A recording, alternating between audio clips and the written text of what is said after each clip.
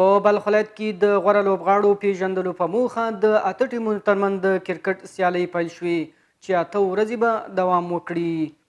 په مزار شریف ښار کې د کرکټ 15 ورځنۍ سیالۍ د اتو لوبډلو ترمنځ پیل شو. د بلخ ولایت د ورزش مرستیال احمد الله اماد د ورزشي پلانونو او پروګرامونو د بیانولو ترڅنګ په مزار شریف ښار کې د کرکټ سیالیو په اړه توضیحات وړاندې کړ. د بلخ ولایت د ورزش مرستیال همدارنګه د ورزش په برخه کې پر یو شمېر شته ستونزو هم خبرې وکړې.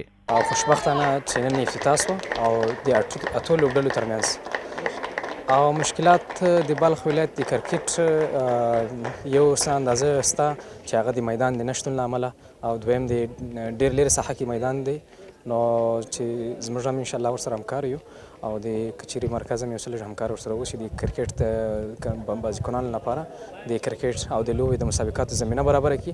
د بلخ ولایت د کرکټ بورډ مسؤل نیانګیالی حبیبي وویل چې له دې سیالیو څخه یې موخه د غوره څېرو پیژندنه او ولایتي سیالیو ته د ورزشکارانو ټاکل ښیي.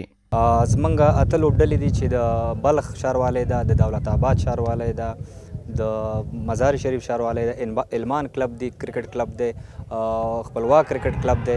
دا ټولې لوبډلې دلته راغلي دي د انټر کلب لوبو د ترسره کولو لپاره. په ورته وخت کې 2 تنو ورزشکارانو محمد حلیم او اعلی نور اقیار د ورزش ریاست او د کرکټ بورډ مسؤلینو څخه د دا ډول سیالیو له لاره اچولو مننه وکړه او دا شان سیالۍ د هیواد لوبغاړو لپاره اړین او اغیزمن ښیي.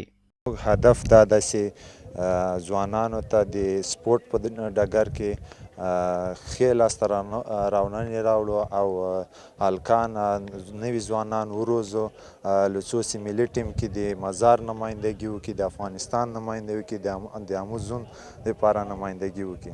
پیام به اونا این است که ورزش خو اول به صحتمندی بسیار فایده داره. اول باید به خاطر صحتمندی ورزش کنن، بعد ورزش اگر نمیکنن ورزش سپورت کنن، علاقمند ورزش باشن چون ورزش یک چیز بهترین چیز است. یا تقریبا 8 تیم است از ولایت سمت شمال ولایت است. خود مزار شریف 8 کلب است.